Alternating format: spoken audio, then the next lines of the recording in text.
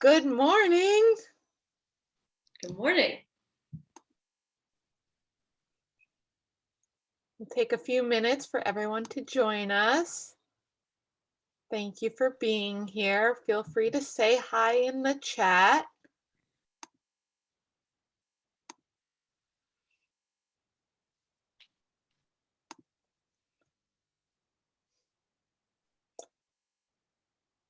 Hello, Tony. Thank you for joining us.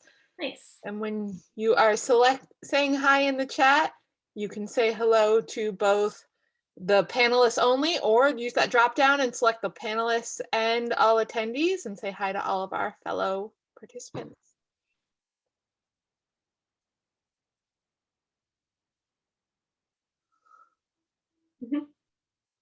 Hi, Rob. Good to have you here.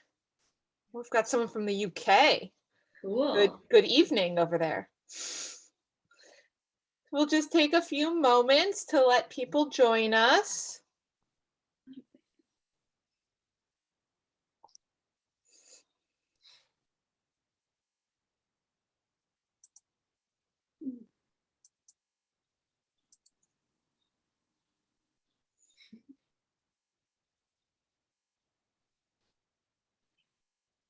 Hi, Suzanne from Chihuly. We're not too far away geographically right now. Yeah, there's people from everywhere.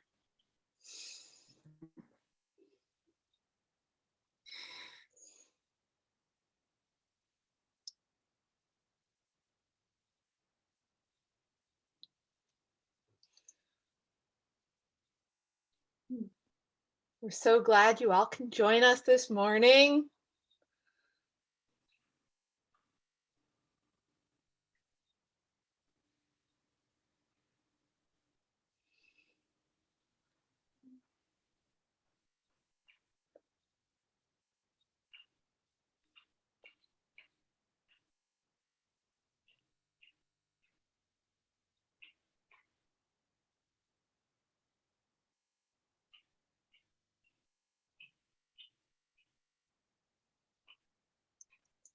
Good morning, Jillian, and everyone at the Conservation Center in Philadelphia.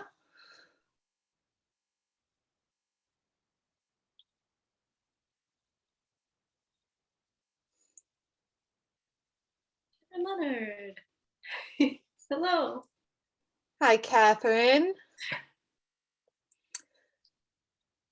So we have a lot of people saying hi to the panelists, and just remember you can also say hi to your fellow attendees. But it is a few minutes past 10. I do see that we have a raised hand from Mohammed. If you could put whatever your comment is in the chat, that way we can see it. And if you don't know where the chat function is, you can roll over your screen and you'll have some pop-ups, and one of those will be the chat. But we'll get started here. Good morning, afternoon, evening, or night. Thank you all so much for being here with us. My name is Beth Sanders, and I'm the Vice Chair of the Registrars Committee, Western Region. We are the Western Group affiliate of the Collection Stewardship Group of the American Alliance of Museums. And so we're really glad that we're having this amazing webinar series, Hands-on Practical Conservation for the Collections Professional, where we've been able to highlight different conservators from across the Western region who are teaching us some of the tricks of the trade that we can bring back to our own institutions. Before anything else, I'd like to thank today's sponsor, Artwork Fine Art Services. For nearly 30 years, Artwork Fine Art Services has served as the trusted logistics partner of some of America's most highly regarded museums, galleries, collectors, and artists. They specialize in expert handling and work passionately and painstakingly to customize unique and creative solutions for door-to-door domestic and international shipping, warehousing, and preservation of your artwork. With offices in Portland and Seattle, be sure to speak with them for your upcoming shipping, packing, storage, and installation needs. And thank you to Artwork Fine Art Services for being a Tier 1 sponsor of RCWR. If you're not a member of RCWR, please consider joining today. RCWR represents collections professionals in our 9 Western states with affiliation to CSAAM. In addition to this webinar series, we look forward to at some point in the future, hopefully the near future, being able to restart in-person events. But we also send out our weekly job listing emails and an amazing quarterly newsletter full of great articles. We do provide stipends for attending conferences. So right now, if you head to our website, RCWR members can apply. We have 4 stipends available to attend this year's virtual AAM. So the applications for that are due on April 30th. So definitely head over to our website and look at that. If you're not a member and interested in a stipend, you can become a member. It is only $15 a year. So it's a really great deal for the really great value for your money. Today's wonderful presenter is Emily Derse, the principal conservator of the Conservation Studio of Seattle. Emily holds a BS in art from the University of Madison, Wisconsin-Madison, where she specialized in bookmaking. Then she went on to get her postbaccalaureate certificate in conservation from the Studio Arts Centers International in Florence, and continued to get her master's in conservation of works on paper from the University of Northumbria in Newcastle upon Tyne in the UK. Before going into private practice, she held conservation internships and fellowships at several prestigious institutions, including the Asian Art Museum in San Francisco, the Toledo Museum in Ohio, the Victoria and Albert Museum in London, Johns Hopkins University Sheridan Libraries, and the Laboratory for Restoration of Paper, Books, and Parchment in Florence. So a huge wealth of experience, and we're so glad to have Emily here today. Before I turn it over, a few quick Zoom logistics. First of all, we are recording this webinar, so you don't need to take furious notes. We'll have this available on RCWR's YouTube page and also embedded into the workshops page of our website. So you'll be able to reference back to all of the information you'll hear today. But this is a webinar format. You can see us while we're presenting, but we can't see you. Hope you're comfortable, depending on your time zone, enjoying a cup of coffee or a cocktail. Appreciate everyone saying hello to panelists and attendees in the chat function. There's that blue box with the drop down, so just select that based on who you want to talk to. And so any comments you have during today's presentation can go in there, but if you have questions for our wonderful presenter, please put them in the Q&A box. I see we already have a question that's in there. Which I will take a look at as soon as I turn it over. But if it's a content related question, we'll go ahead and address all of those to Emily at the end of the presentation. So don't be distressed that we're not getting to it yet. Without any further fanfare, I'm going to turn it over to Emily for our presentation on conservation hinging. So I'm going to stop sharing my screen. All right, I'll share my screen and start the slideshow. And of course, I can't see myself, and I knew that that would happen. Let's see, share screen, desktop, share. We had the same problem just a minute ago, so I think I know how to do it. And there we go. So welcome everyone. Thanks for coming to the webinar. I'm Emily Derse. So as Beth said, I'm a paper conservator in private practice in the Seattle area. And today I'm in my studio on Whidbey Island. It couldn't be a more beautiful day, which is lucky for Zoom lighting. I've got my mounting brushes behind me, carry berry boards, lots of table space and storage. So that's my studio. And I wanted to just sort of give an overview of what I'm going to talk about. When I was trying to come up with a topic for this webinar, I was thinking about all the things that I get asked about a lot by collections professionals. And one of the things that we come across all the time is hinging. It seems like such a simple thing, but it actually, you're adding something to the object. You're adding usually adhesive and paper. And it's one of the things that I get asked about the most. And it's actually one of the treatments that I do the most is reversing bad hinging. Almost everything that I come across already has remnants of hinges on it, usually a set of hinges. So it's really important to think about what you're putting into the object when you're hinging. And it's going to be nice, hopefully, for collections professionals and other framers maybe that are attending to know some ways of mounting an object without adding any adhesive. They're very simple techniques, so they're things that you guys can do without a conservator, and I thought that might be helpful. So without anything further, I'm going to show you some of the disasters that I usually come across.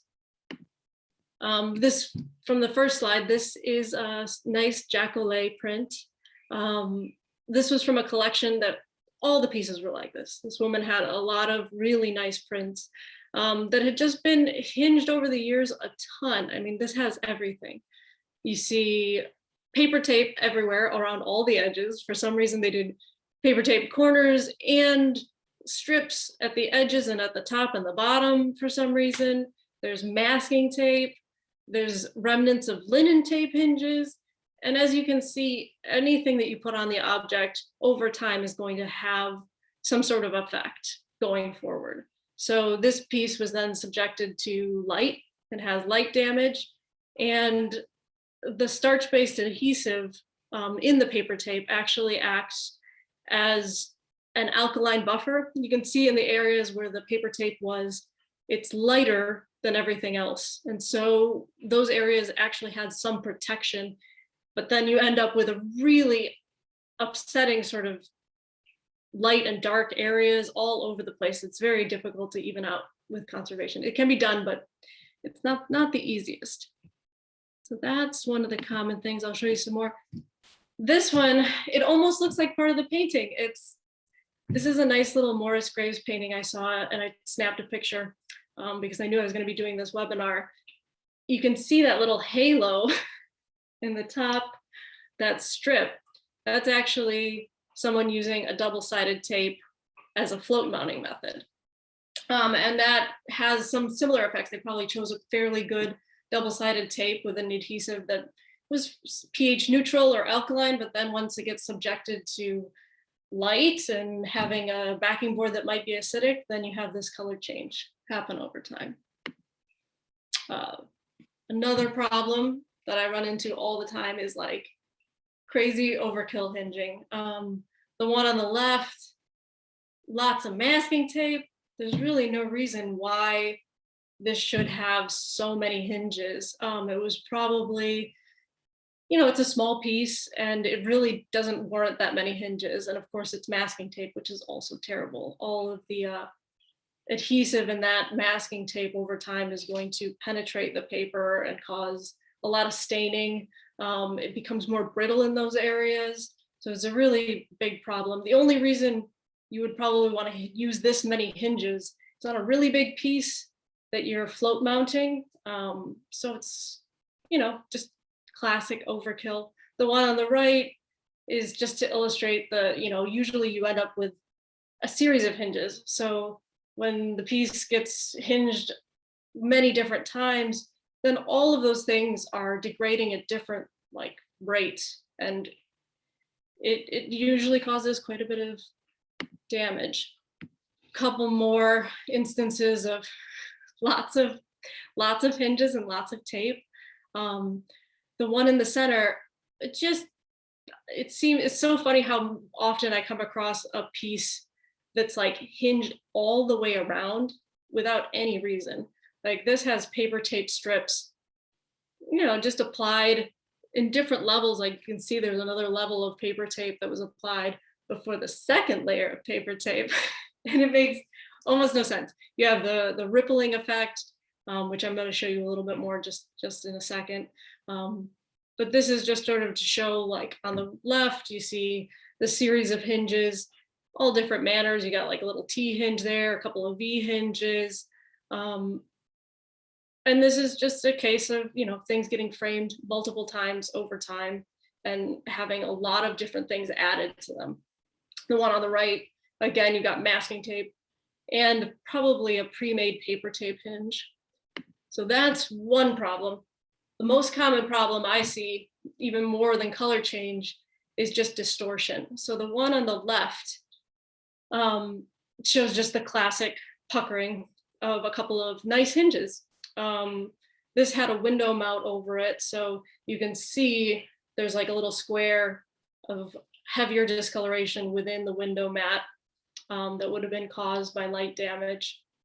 And probably, whoever was making the hinges did a good job, wasn't too concerned about distortion because there was a window mat over it. And again, those things need to be mitigated later in their life. And then also you've got a little bit of color change in that one. The one on the right is a sweet little Picasso that came to me because of the puckering. So this one was float mounted, but since the moisture content wasn't controlled enough during the hinging process, you have like a classic puckering rippling along the top, and you can even see it along the top edge on the right and the left. I don't have the right side there, but you can see it on the left. And so this, then once it was hinged like this, it wasn't satisfying to look at for the client. And so it had to be humidified, flattened. I had to put, pass-through hinges so that it could lay as flat as possible on the mat. That's quite a bit of intervention for something, just for some distortion. Here is an extreme case of distortion, and this is Parchment. So Parchment is like a very special case. You don't come across it that often, but I wanted to show you this because you can see at the top, there's just 3 hinges. And usually you're dealing with papers that are fairly lightweight and easy to control. This is a case where you need, you usually for this size, 3 hinges would be totally appropriate, but this is the type of material that needs a much stronger hand. Basically with just the 3 hinges at the top, once moisture got into this package, it's become just a topographical map because Parchment is a skin. It wants to revert back to its, other form, and keeping it flat is a real challenge. In conservation, we've moved towards mounting with like magnets for Parchment. And actually with this one, I did have to do a drumming technique. So it got a full lining. The whole thing got stretched and then was stretched again over its backing board. And this is just to say that like sometimes, usually with hinging, less is more, almost always, but sometimes you do need something that's a little bit more serious in order to control something like this. Here's another distortion issue. So this piece is a nice little etching on a very thin mulberry paper. And for whatever reason, it was just glued with rabbit skin glue all along the top edge, and then 2 big plops of, hide glue on the bottom corners. And once this one went into a window mat and over time expanded and contracted, you can see that it has just this cockling on the top and then rippling at the bottom as well. This one needed the most simple, lightweight hinges with wheat paste, and it lays perfectly flat now. It has room to expand and contract, and it's much happier. So those are kind of a quick run through of like the usual problems. You have distortion. You generally have a lot of color change because of pH problems. So what conservators and museum professionals generally do when they're hinging, we have a handful of adhesives that we like to use. Most often I find myself using wheat starch paste, which is this, and here's my lovely wheat starch paste, all cooked up. I cook a lot of it at a time, and I do fermented paste. So I've got a vat of it going all year round, and I, turn over things. That's the most common. Sometimes we use rice starch. The other ones, I actually already got a few questions from people about cellulose ethers. Those definitely get used, Klucel G and methyl cellulose. I use them more infrequently for hinges, just because they have less tack than a traditional starch paste, but they do get used. They're good for when you can't put water into an object and you have to use a solvent. Klucel G is, you can mix it up in ethanol and it becomes like a gel. I've most often used that one when I'm doing a remoistenable tissue. which is sort of simply put when you cast the adhesive out on a tissue and then re-moisten it with whatever solvent you're going to be using. And that one actually works really well for that, when you can't have water in contact with the object and you have like a really sensitive tear you're repairing. I use it less for hinges. Most of the time I'm using a wheat paste. The other things you can use, some common things that I've got sort of pictured here, especially with the type of hinges I'm about to show you that don't have adhesive on the actual object, linen tapes. There's some nice new mixes of double-sided tapes that are available at Talus. Some heat set stuff. I really like the Crompton heat set tissue. It's like a Texacryl paraloid mixture. And when you're not putting adhesive directly on the object, sometimes those things are great for like setting corners and things like that, where you know, maybe you want to do something a little faster, or you don't want to, mess around with wheat paste, or you don't, in your institution regularly cook stuff like that. And then some of the papers, I like to have a variety of papers that I use.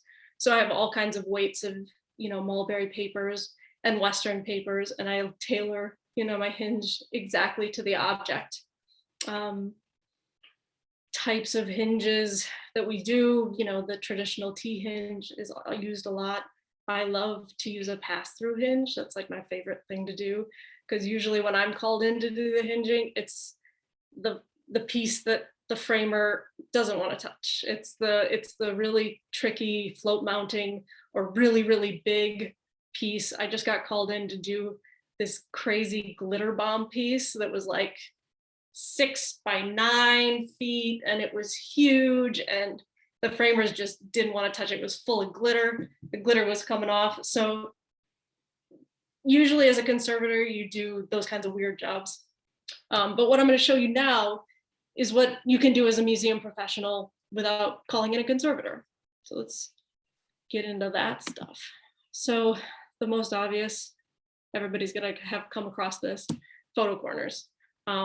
There's all kinds of photo corners that are, pre-made, very good.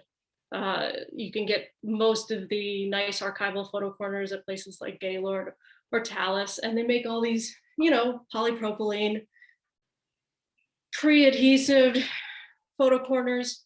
You can get them in plastics, you can get them in paper. I really like these really big ones. These are like a 3-inch photo corner. And I use these in cases where we're doing transport or storage. If you use a photo corner like this in conjunction with a Mylar sleeve, you can put this right on a tray and have, a really easily reversible storage option for a lot of different paper objects. Especially when you're doing like a high volume, it makes a lot of sense to use pre-made stuff. One thing I will say about the pre-made stuff though, I don't come across it very often, but sometimes it can be detrimental. Like you can see in this image, this is a nice little watercolor, but somehow the corners, whatever pre-made corner they used, ended up being the worst for acid transfer. Like those areas are the darkest places in the image. And the only thing that I can sort of guess is that they were those like really acidic black paper photo corners. I've actually come across those a couple times and like with serious problems. I just had a disaster, a fire remediation project where the photo album was in a fire and then got doused with water. And those little black corners are full of every color dye that's ever been used. So like red, yellow, blue dyes just ran all through that album, and it was a huge disaster. So you just be aware of what materials the corners are being made with. And it's not usually a great like forever solution for objects. You will have to change them. These polypropylene, they'll discolor and become more brittle over time, but not really very fast. All right, so on to paper corners, which again are probably the simplest but the most versatile.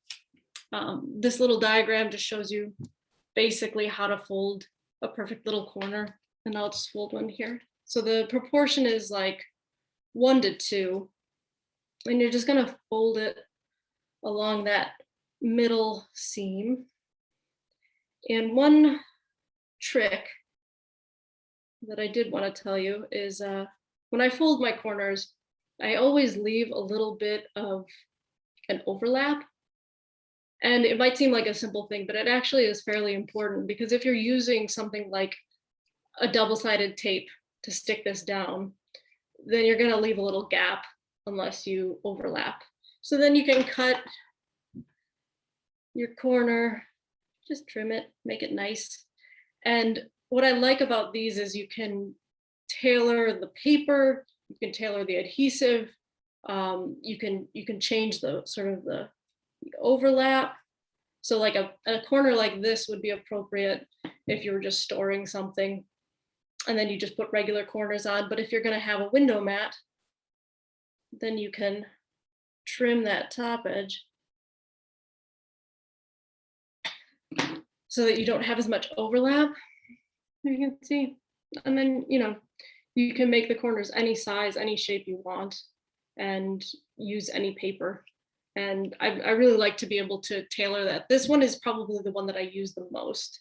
It's just the simplest, it's the flattest, it makes a lot of sense in a lot of applications. The next one.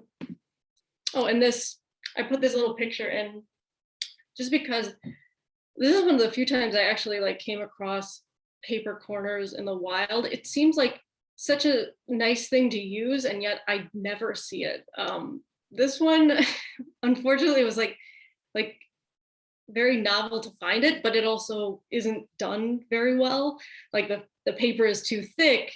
They really could have trimmed off the edges. Like you can see that it's a charcoal drawing, and so all of the media that's moving is going to get swept. But then you have this area that's protected. So once you get it out of there, you're going to have a really crisp square at each corner where it was protected. So it's not done very well, but at least there's no glue on it. I mean, if I would be able to just cut this right out, and I wouldn't have to remove any hinges or adhesive. All right, next we have an origami corner, because everybody loves an origami corner, or origami in general.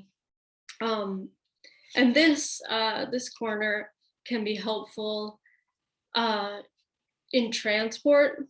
It's a simple corner.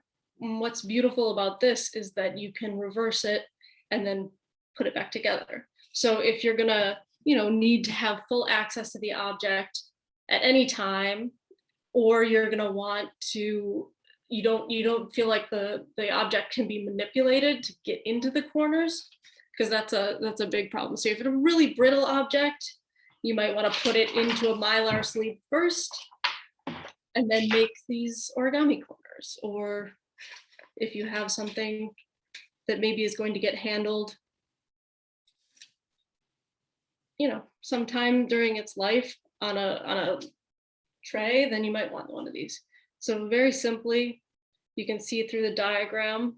Looks like I'm covering one of those.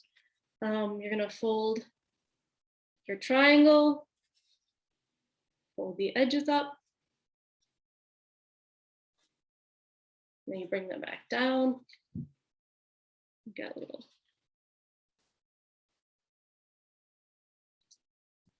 another triangle, and then you fold in your sides.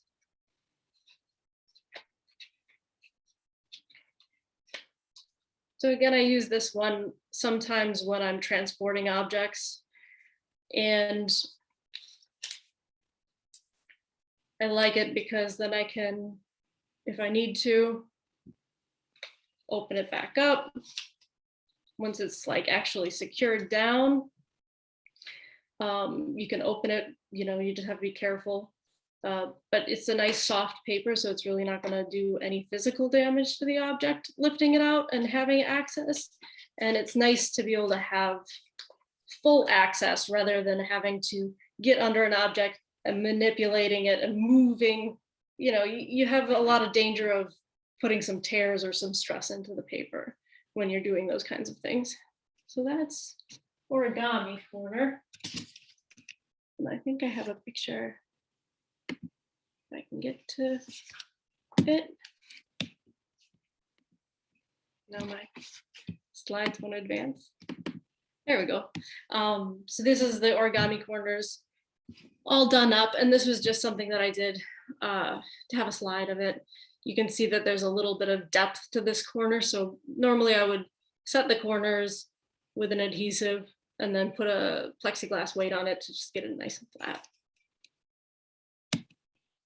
The next one, and this one is, you can find some of these, the National Gallery did a nice little mock-up online as well of some of these. This is edge strips. So it's, again, very simple technique. You've got 4 edge strips that you cut. In the slide, you can see I made these pretty big. It's fairly exaggerated. If you were doing this in an actual setting, they don't need to be this big. If you're not going to look at the strips, it's safer to have them bigger. But if you're going to have this under a window mat, you probably want them to be more trim, and so that you don't end up seeing that edge. So you get your 4 strips. I've already got some of them folded. You can see. You're just going to sort of place the object like in the gutter of the strips. And then to put them together, you measure out where the strip meets the next one. I had a pencil here somewhere, but it was the size of a golf pencil. Here it is. So it's of course lost. So you just add a couple little guidelines here where you're going to cut. I don't know if you can see that. But then you take your scalpel blade or your X-Acto, you cut just along that middle fold so that you can slip this through.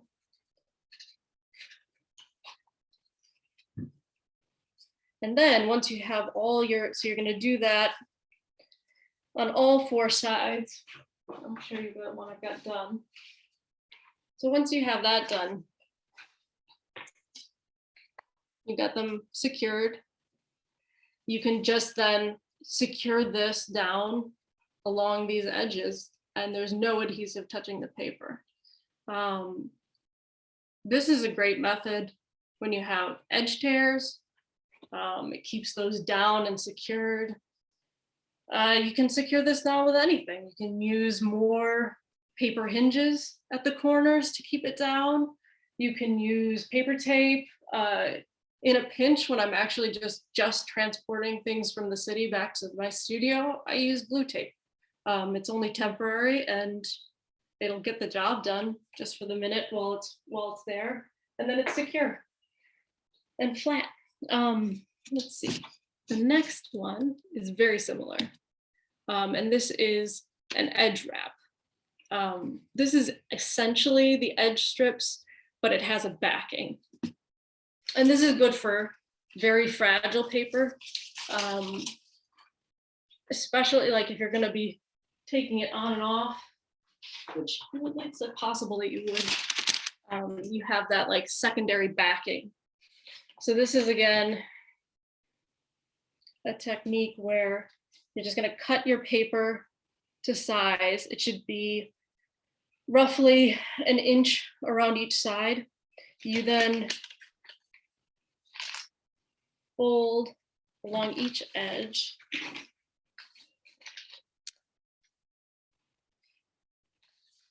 This one is so simple. Kind of fold it along all the edges.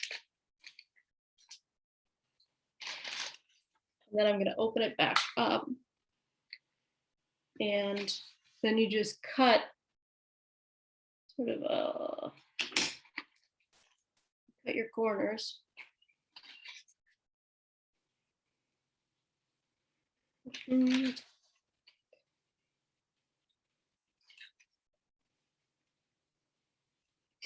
And then what you're going to do is make sort of an accordion fold. I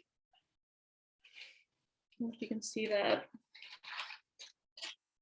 And you can do, you know, half of the piece, or you can do, you know, however much you want it to cover. I'm doing about like a 2/3 kind of fold, so that I have enough of a margin, but then I have a little extra on the sides. And then with this one, you're almost done. And you see how my corners right now are sort of overlapping. You just end up trimming just enough so that you choose either the vertical or the horizontal so that it can go through.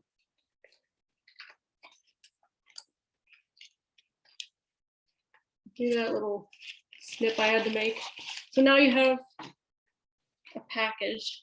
I'll show you the one that I have done.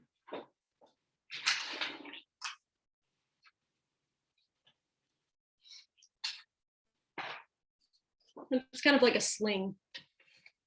And again, then you would just secure these corners and nothing is touching the object.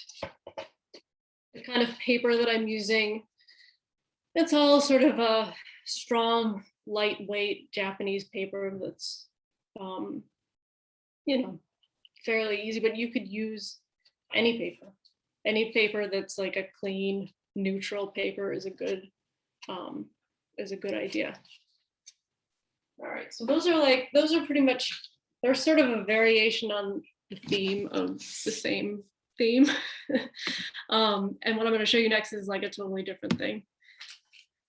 This is the last technique I'm going to show you.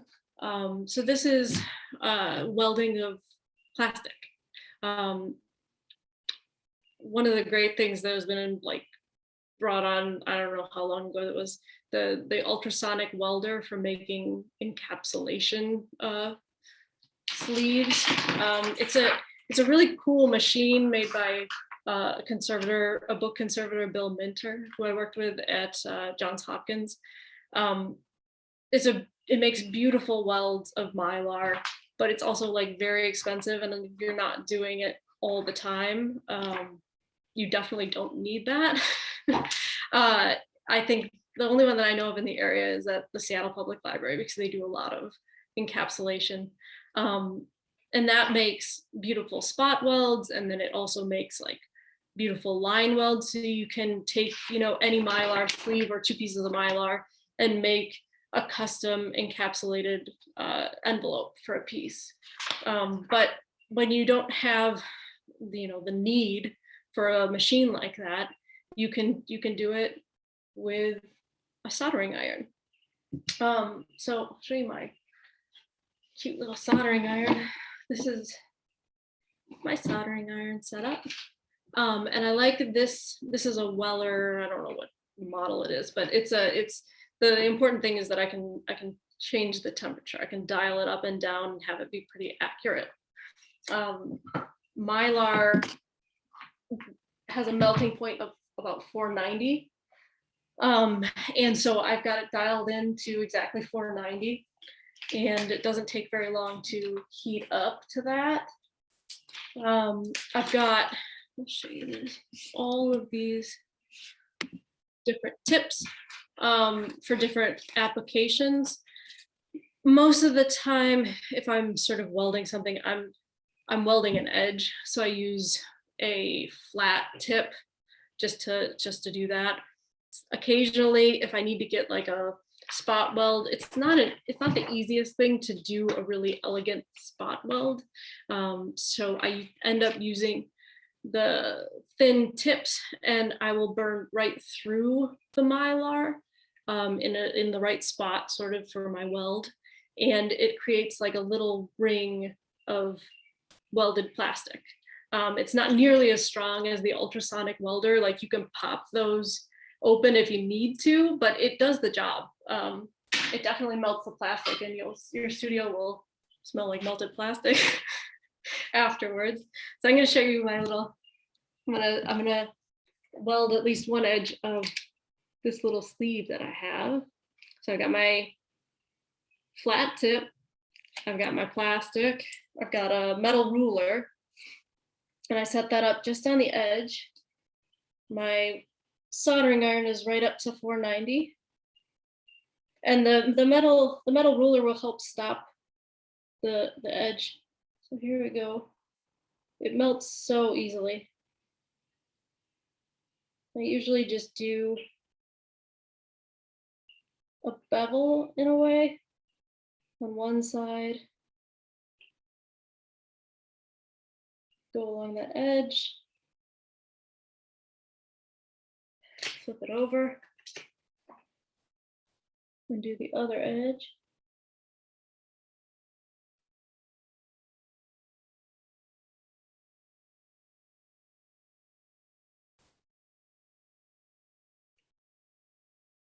And then you can feel it already pretty fully melted.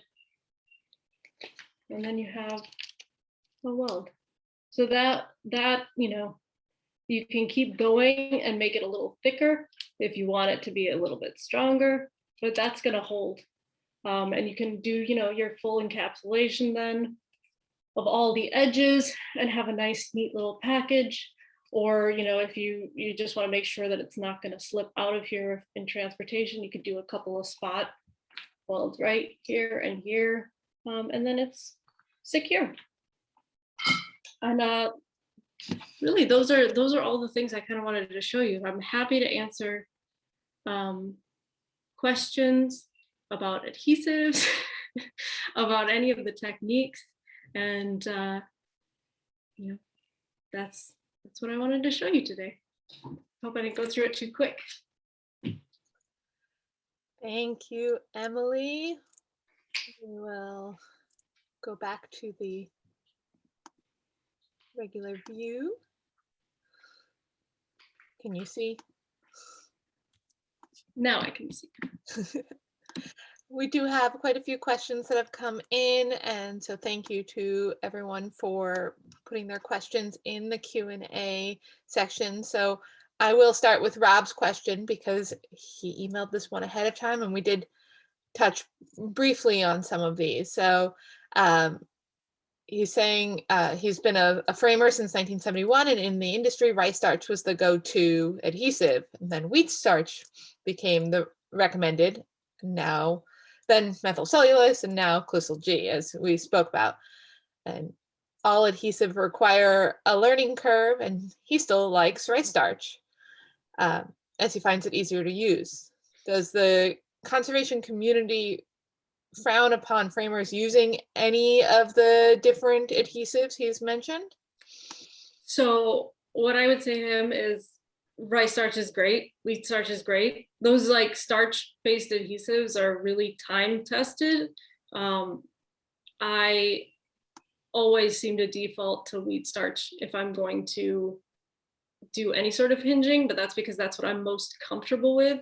Rice and wheat are almost like, they're so similar. Like rice is a little bit slippier, but it also depends on how you cook your paste. So like the wheat starch that I use, since it's fermented and soaked like over a long period of time, it's very slippy and it's very like rice starch. So I would say conservators still use those things and have like a great love of the starch pastes. So there's nothing wrong with sticking with the things that you're comfortable with because they're good adhesives. The cellulose ethers, again, there has been a move to try to use more methyl cellulose and Clisol G because they're very stable and they're also like anti-fungicidal properties are better than a starch paste. but they are kind of hard to use. Like I've used Klucel, unless you're familiar with, you know, what they're good for. The Klucel, it likes a colder water temperature when you're mixing it up. I think that was one of the other questions, like, was there a foolproof way of mixing Klucel? It likes a colder temperature, like room temperature water. You have to make sure you don't get any globs in there. And you should like mix it up a day ahead of time so it has time to set overnight. And again, like I've used it as a poultice to pull stains out of things, because it almost becomes like you can make it into this like gummy, I don't know what you would even like liken it to. It's like a gummy pudding. But again, like there's no foolproof way of like making it. Like a 4-to-1 mixture seems to work for me when I'm using it. And I as I said during like sort of the webinar when I was talking about adhesives, I don't always love it as a hinging adhesive, because it doesn't have as much tack as like a starch. We have a few further questions about the fermented wheat paste. People asking if we can talk more about the advantages and uses of it. And also, what type of water do you use to mix the wheat paste? Okay, so I learned how to ferment paste from a colleague that I work with on Screens and Scrolls. It's a Japanese, like a total Eastern technique. And the beauty of like a fermented wheat paste and soaking your wheat paste is that it is a lot smoother. It's not as like gummy. It has some anti-fungicidal properties because of the fermentation process. And it's a lot to get into. There's some good articles about doing that, but I learned it through him because we use like really large quantities, and usually the kinds of paintings you're working with when you are doing folding screens, they're very like fragile and brittle, and so you need to sort of tailor your paste to be a little bit like weaker than the painting. So when I'm cooking up paste, I use deionized water, and I do that for my fermentation process too. And so this is the paste that's like cooked up. And then what I do, so everybody has their own like cooking habits. I usually cook up this amount, and this is like a 4-to-1 water content. And then I do a lot of straining and mashing. My strainer. And then I mash up the paste, and then I thin it out to whatever consistency I want to have it. So like this is the kind of paste that I'll use for hinging. It just the consistency will depend on the type of paper that I'm hinging with and the type of paper that the object is. It's the same kind of paste that I use when I'm doing linings. You can see there's like a little piece on my Carrie Berry board. There's like a much bigger piece behind it.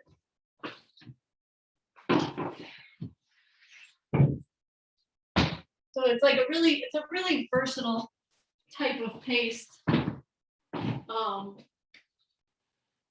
And I do think that the fermentation process really makes a big difference to its handling properties, because I have cold paste here, I have hot paste, all the different pastes. But I like this is what I prefer to work with. If someone can't make starch, what do you recommend they buy?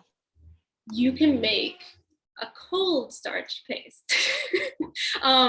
So there's cold starch that's like very easy to work up. It's literally that you just like mix it with water and then you have a nice paste. Other things that you could do if you don't have access to cooking, with all of those options, you know, you can use tapes, like I said. You know, this nice little double-sided tape, as long as you're not putting it on the object or in like direct, like near contact, you should be able to use this. Like all of those hinges that I was showing you, the non-adhesive hinges, you know, you have enough room within something like this that you can put your adhesive strips on the outside and you don't have any contact with the paper. Other things that I would recommend, like those heat set tissues, Clucell, like all those cellulose ethers, they just take water to mix them up, so you don't have to do any cooking.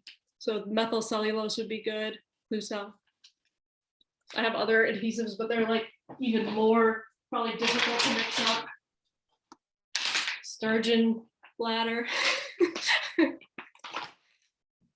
It's like one of the best, like cleanest, non discoloring adhesives that we sometimes use for consolidation, but it's like a gelatin, so it would also be usable as a hinging adhesive. Moving on from the wheat starch, you showed that photograph of the parchment that had a lot of waves in it. Wouldn't you encapsulate something like that? Was Linda's question. So with that parchment, if I was going to leave it as is, I would probably do some sort of like window box to keep, because it's like a 3D object now. Encapsulating it, you'd probably trap exactly what it was, and you wouldn't be able to like the point of that piece. They wanted it very flat, and they wanted it to remain flat for a very long time. I think it was for the Sisters of the Revolution. It was like their charter, and they wanted to display it. And so in order to get it flat, it got a secondary support and stretched. I think with encapsulation, you would just be encapsulating the piece as is. If I tried to stretch it and then encapsulate it, you'd probably get some flat time out of it, but not nearly as much as like stretching it and then stretching it again. Do you have any thoughts about Mylar? No. I don't have that much experience with Mylar, to be honest. So I have no thoughts on it. Heather asks if we put the corners inside the Mylar sleeve for storage or outside. So for storage, what I've done a lot is then you've got your Mylar sleeve. I'm like really like particular about how I do my storage, so that whenever people are I don't know what it seems like to standardize it. So I always have my my L sleeve opening at the top right, and then put your piece inside the piece.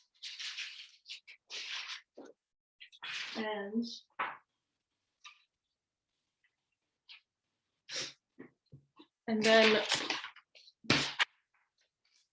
I got the piece. I'd probably cut it down so that it was like an appropriate size for the piece, like not too much bigger.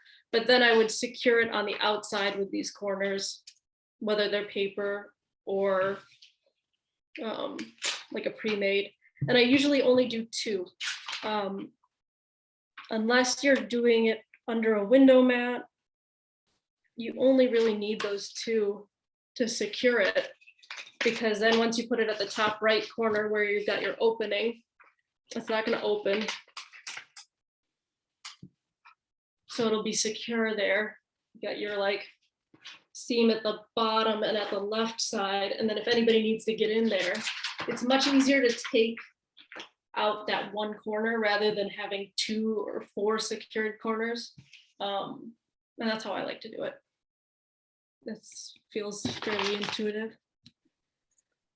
We have a few questions about what the best type of paper is to be using for the corners and the edge strips. Okay, I will talk a little more about paper. So I have in my studio, like I like to have a variety of weights of like mulberry paper. It's very lightweight and strong. You can get nice imported handmade papers from like Hiromi. So if I like need something specific, I'll order it from there. Most of the time, before the pandemic, I used to go buy paper in Japan directly from paper makers and suppliers. So like I have a lot of different weights and like bulk of mulberry paper. That's probably going to be your most like versatile hinging corner paper. But again, like if you don't have access to that, any pH neutral or buffered Western paper is going to be just fine. You just don't want it to be like that one that I showed you where it's like this like thick cardstock almost. Like that's not going to be good for very many like pieces of paper. Like a nice lightweight flexible paper is a good idea. Amy would like to know what the best way is to determine if a work should be secured with Mylar or the paper. Would you recommend an adhesive for the paper corners and edge strips? Yes. Okay, so when I'm choosing Mylar corners, I usually am pairing it with Mylar. So like I have a Mylar and then I have a Mylar sleeve that the paper is going into. If I'm doing just paper, I'm usually using a paper corner. Mylar corners, like whenever I see a pre-made corner in like taking something out of a frame setting, framers seem to be like moving a little bit towards using corners, and I don't often see them making paper corners for some reason, just because I think they just don't think to do that. But usually if I'm just doing paper, you just use paper.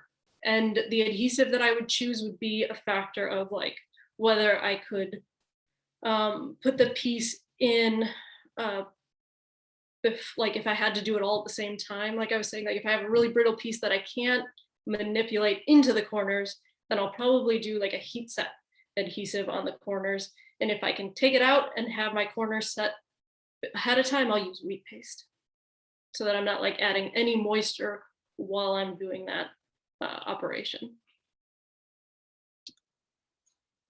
We have sort of two questions in a row that are on a similar subject. Kelly asked if there are old hinges on work that need to be removed. Is there anything collections managers should not do before bringing them to a conservator? Is there any drawback to cutting them and removing them from an existing backing board so that we can rehouse them? So I think you kind of use your judgment for that. A lot of times I see like people like have started to rip it off and then they get scared because it starts to like skin the paper. Like just don't do that. If you can see that like sometimes the adhesive is so far gone that it's just brittle and it's breaking off, take the hinges off in that case. You can definitely there's no detriment to like cutting off the part that you can cut off. You can sever the hinge and release the piece, and conservators won't be upset about that at all. What they do get upset about is like people like trying to just like rip hinges off, because usually you can get them off without damage to the object if they're intact. I do a lot of like repair of like skinned paper where like, somebody's tried to just take it off or tried to cut it out. And there's just no reason to need to do that. We have a question about the use of magnets, and if you could speak about the use of magnets. Okay, so rare earth magnets are like hot new thing in conservation. They have been for a while, and they have some really cool applications, but then I've also seen some like really bad things happen.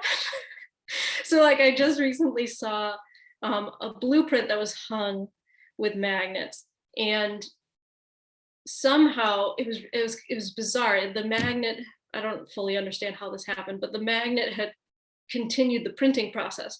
So instead of having little circles of magnet like protection from sun fading, they were actually like they had like continued the printing process inside the magnet like cover area. So magnets, blueprints, not a good idea. But then I've done some really large, did an installation of a really large hanging scroll facsimile with magnets that turned out really interesting. That had a full magnetic backing panel, and then I wrapped and toned all the magnets to match the painting, so that it was seamless. You couldn't see anything. It was like it was floating on a panel, and it looked really beautiful. But those, like, they sell really all the different sizes of rare earth magnets, and you need something magnetic to put it onto. So that's like kind of the crux. But then, it's an interesting way to display things, and it's totally reversible because you're just putting a magnet there and then taking it off. And especially like those wrapped magnets. So I wrapped them with, the same kind of paper and a starch paste. And so it kind of like wasn't such a harsh magnetic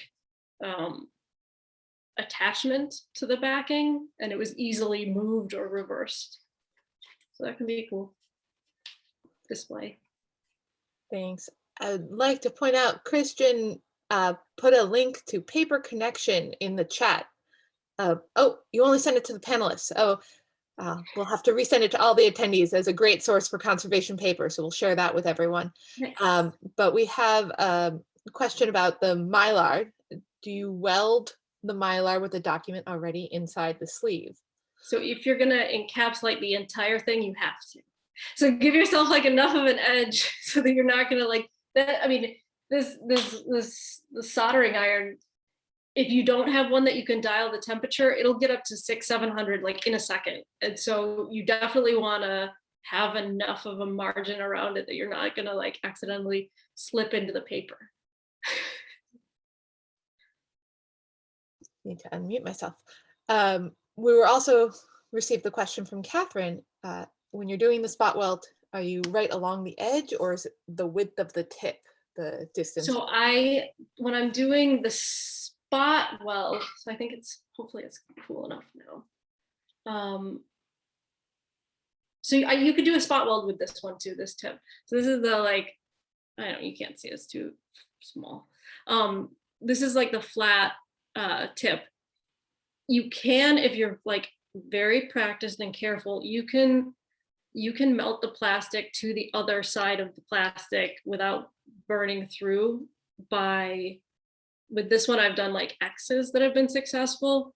So I then am not using the tip, but if I'm using one of those thin ones, then I put like a backing of plastic and I make sure I go through. So then I am just using the tip.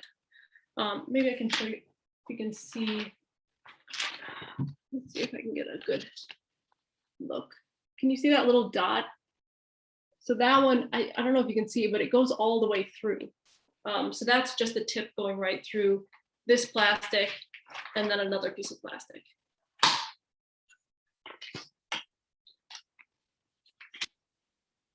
What are your top or most frequent recommendations for creating float hinges? Float hinges. So my favorite float hinging method is a pass-through hinge, and I will do it just sort of depends on the size and the weight of the paper that I'm floating, but I will usually do hinges at the top. I do some at the bottom, and I always do a few at the sides, which seems like a lot, but when you see a lot of badly floated objects, they usually what will happen is the framer will hinge 2 at the top and then 2 at the bottom on the sides.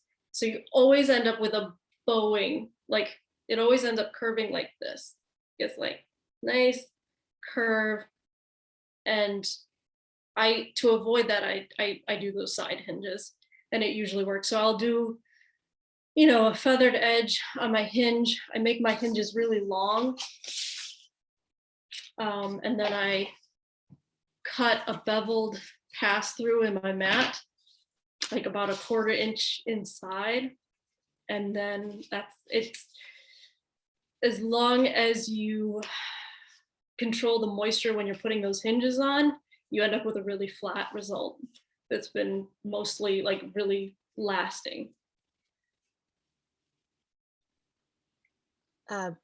David asks with recommendations on attaching the corners, do we have any concerns about adhesives migrating through I'm guessing the paper corners? Yes. So like I was saying, for you know, the favorite of mine is the simplest one, and I would do this with wheat paste because I know that that's not gonna like cause a huge migration problem. If I was to do, if I needed to use double-sided tape, I'd worry about migration, and I would only do that as a temporary fix for like transportation, because it's not going to be there for very long. So definitely be aware that like if you put tape on it in 30 years, it's going to bleed through to your piece. Nicole asked if we could specify anything else that is not appropriate for Mylar encapsulation. So charcoal and chalk, but Yes. is there anything else? Yes. So like pastels, anything that's got like friable media, anything also that's already cracking or looks like it's unstable, it's really like a physical problem. So it's not really a problem for certain colors or anything. It's more of a problem of something touching Mylar and having something brush against the face of it. So you're right on with like charcoal, anything that's got movement to it, unfixed. And then I'll do one last question here because we're already a few minutes past the hour, but have a question about Filmoplast, which was Filmoplast. widely touted as being reversible, in quotes, but it's been found really difficult to fully remove. Do you have any tricks? Tricks for removing Filmoplast? No, I mean, like all those kinds of things that are touted as reversible, and like even certain things that we use in conservation, like Biva. I have some Biva right here. It's another like heat set. There's no trick to, like, some things are just really difficult to remove. Even sometimes, it can be difficult to remove. Starch is the easiest to reverse, just because it's very known and water soluble. But like all of those things that are like reversible, there's no trick. Like it just depends on the object, what you can actually do to it. Just call a conservator. We'll like scratch our heads over it for a while. So I know there are more questions here, and I apologize for not getting to all of them. There was somebody who asked if we can provide a resource sheet with the products you've mentioned, so we can pull something together in the next day or two and get that out to you. I'm going to put my slide back up here. And thank you so much, Emily, for joining us today, as well as everyone who came and had so many amazing questions. I will put our contact information back on the screen. So for those questions we couldn't get to today, I tried to get to as much of a diversity of them, but please don't hesitate to reach out to us. Before that, I wanted to make sure everyone knows about our next webinar on Thursday, May 20th, also at 10 a.m. We'll have Gina Watkinson from the Arizona State Museum, who will be discussing the care of basketry. So handling, rehousing, dry cleaning, and mounts for exhibits. So that should be another really fantastic webinar. These have all been really fun. And the information to register for that is already up on our website, and we'll be sending it out to our members in our weekly email. So you can look for that there. Once again, you have both of our contact information here. Yeah, feel free to ask me questions. I hope I can answer them. I probably can't answer all of them, but I like to talk about adhesives. So all your adhesive questions to Emily. Yeah. If you have any questions about the webinar series overall, or a subject we haven't touched on yet that you'd love to hear about, or questions about the Registrar's Committee Western Region more generally, those ones can come to me. But thank you all again so much for joining us today. We do have this as a recording, so give us 3 days, and we'll get that up on our website and our RCWR YouTube page. But with that, I hope you all have a wonderful rest of your day, and we look forward to seeing you in May. Thank Bye. you. Thanks, everybody. Yay.